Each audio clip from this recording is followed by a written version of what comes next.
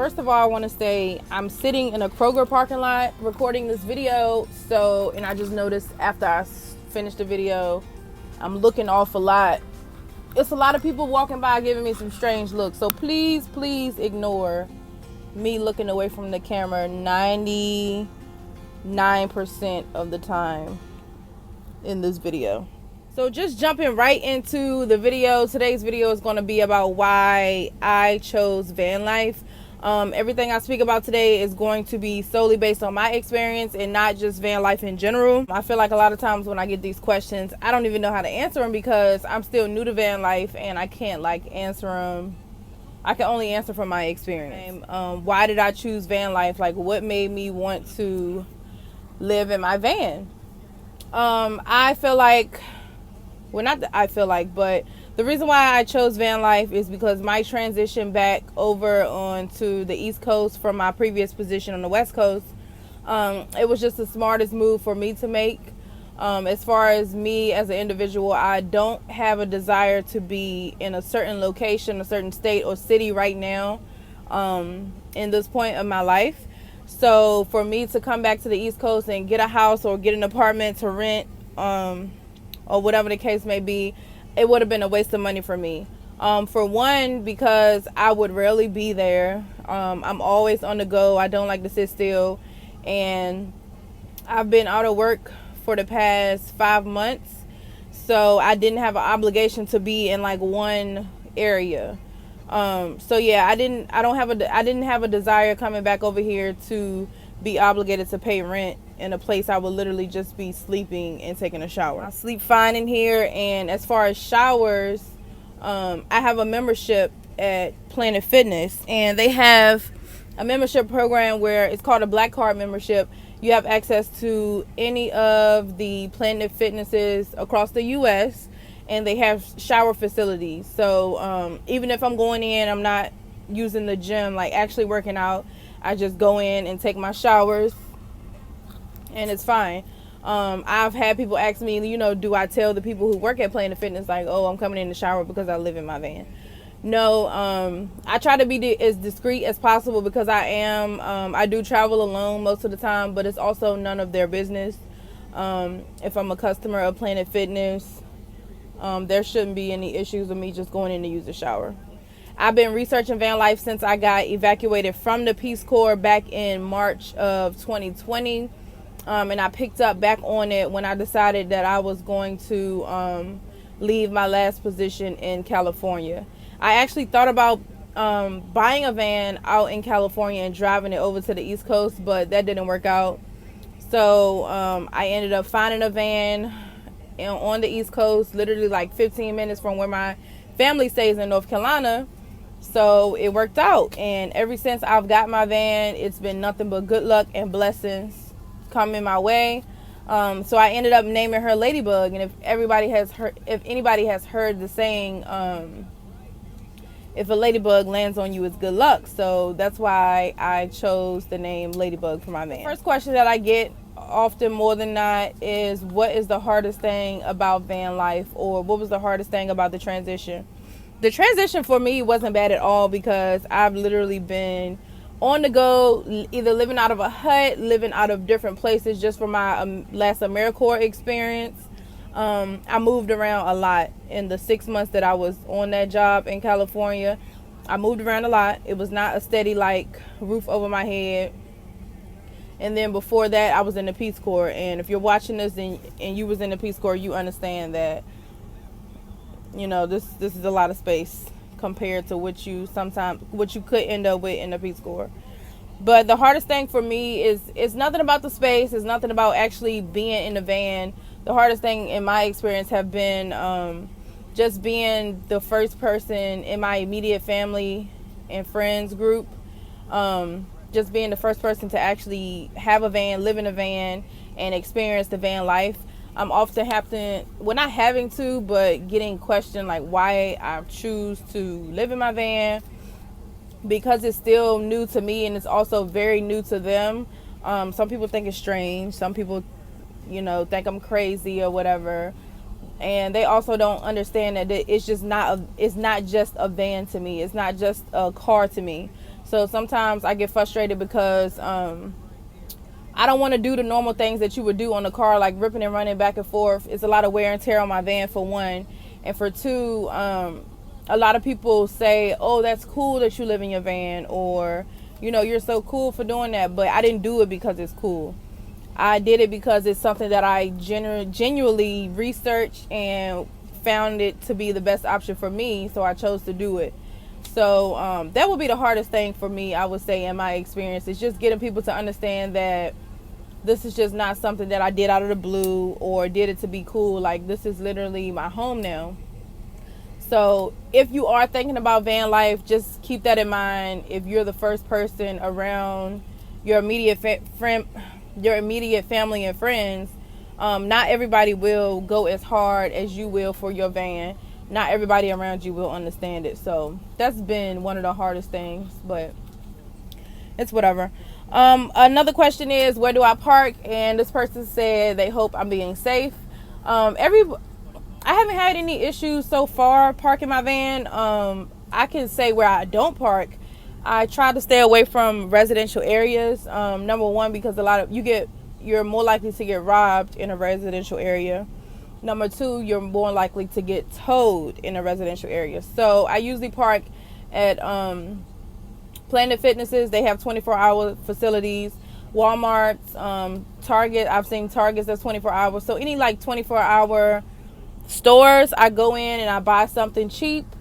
So that makes me a customer. So then I come out and I always get in through my driver door. I try to not get in through my side door, just to be more discreet and not letting people know that I'm actually living in here. I always try to remember to get in and out of my driver door.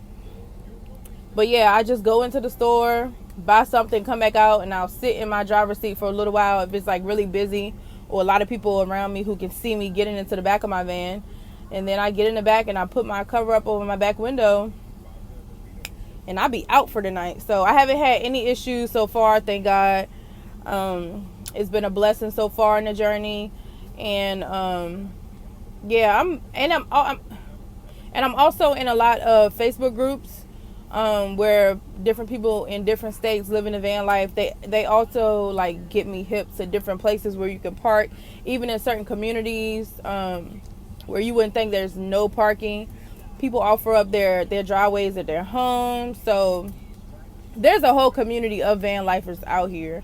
So for the most part, it's been a good journey so far. And I try to be as safe as possible. You can't stop everything from happening, but it's been good. It's been good so far. How and where do you shower? Again, I shower at a Planet Fitness most of the time.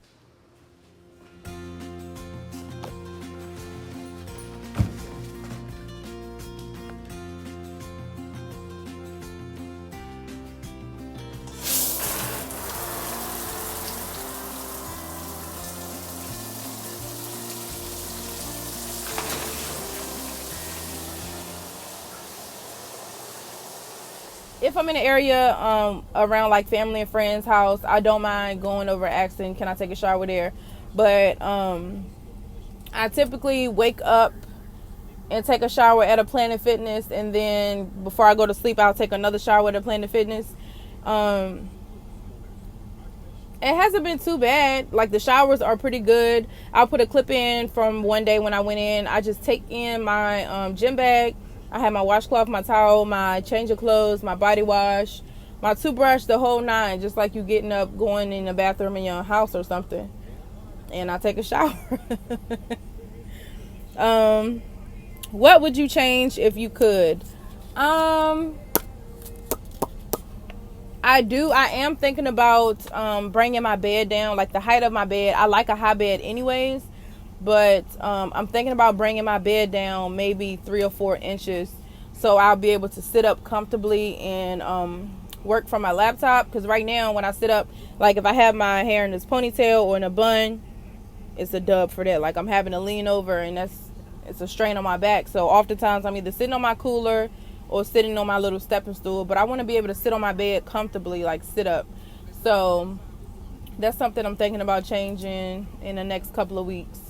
And I also want to make my passenger seat swivel.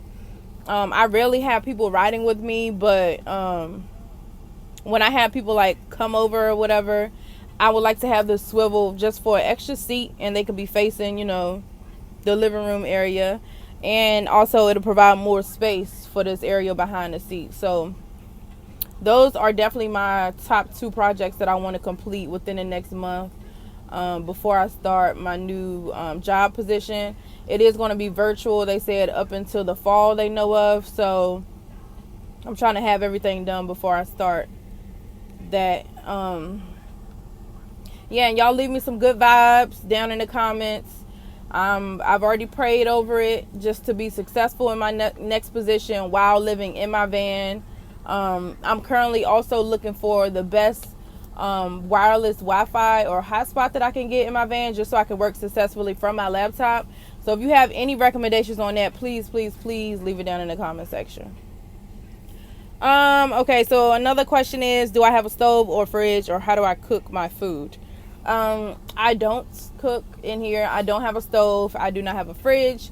I do have a 2-gallon cooler, which I'm sitting on right now. I typically on Sundays is when I do everything to start my week off. So I go grocery shopping. I get what I can for the week. And things that has to go in the cooler, I get enough for like 3 or 4 days. So then I'll replenish it later on in the week. But I get ice from like Wawa's or any stores who offer free ice. Excuse me. Any stores that offer free ice.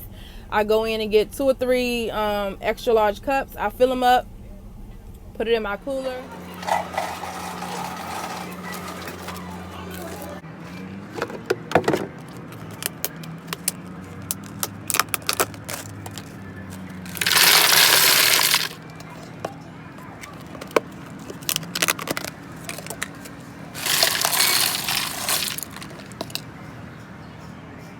And as far as food, when I shop, I've been getting like fruits, really small salads, the cold sandwiches, yogurts, parfaits, anything in that nature that can go in the cooler.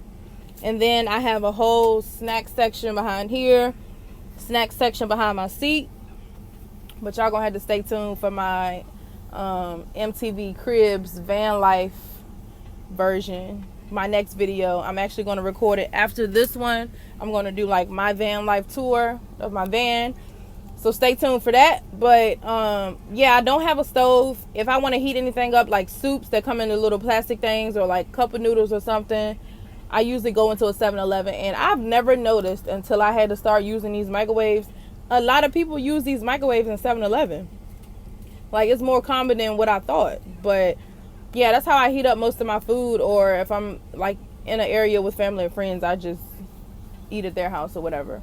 Any advice I would have to someone looking into doing van life, I definitely would say do your research, map out your build, like how you want. Oh my god, it's a van lifer. Let me show y'all. Y'all see? And we got our own thing. Like, once you really get into van life, if you're thinking about doing this and you join these groups, there's like certain ways or certain things you can look at on vans that we don't tell people outside of the van life community. But you can just look and know that it's another van lifer, and that it blows my mind how many van lifers I see a day now, because those little things that you look for just to recognize another van lifer. But what was I saying before that? I went off topic. Oh, any recommendations? Yeah, do your research and just make it your own journey. Like, make it your own experience. We're gonna do that anyways as humans, but try your hardest not to compare your build, your experience, your journey to somebody else's that's living in a van, because that ain't it. Just make it your own. Do your research. Map out and draw out your build as best you can before you start building, because once you start building and drilling holes, I'm telling you, it's the worst trying to start all over. Just take your time, and also research how much everything is going to cost before you do it, because I was blessed to have a best friend that had like all the tools that I needed to build, do my build. So make sure you research on what kind of tools you're going to need, what kind of wood, what kind of, if you want to do plywood on the floor, if you want to do vinyl flooring, everything you want to do, research it, write it down, and then look into Lowe's, Home Depot, or anywhere that you may get your stuff from, just to price everything to make sure it's in your budget. Or if you want to ball out, whatever, that's your business. But I did a low budget build.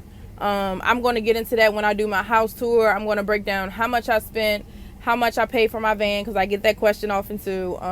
Someone actually asked me, was I making payments on my van? And I'm like, if you really think I would make payments on this old ass van, I mean, it's not Oldsmobile, it's 2004, but still, come on. I can't. But yeah, I bought my van cash. I saved up for it for 5 months, and I was $100 short when I found it, and my cousin gave me $100 and I paid her back. But yeah, I paid cash for my van. But that's gonna be in my van life tour video. I'm gonna show y'all the inside, the outside, break down what I spent, how much I paid for my van, and all that. So if that's something you're interested in, make sure you hit the subscribe button. Make sure y'all share this video with somebody who can share it with somebody else, because you never know who in the back of their mind is thinking about van life. Thank you for watching this video so far. I'll see y'all in the next video.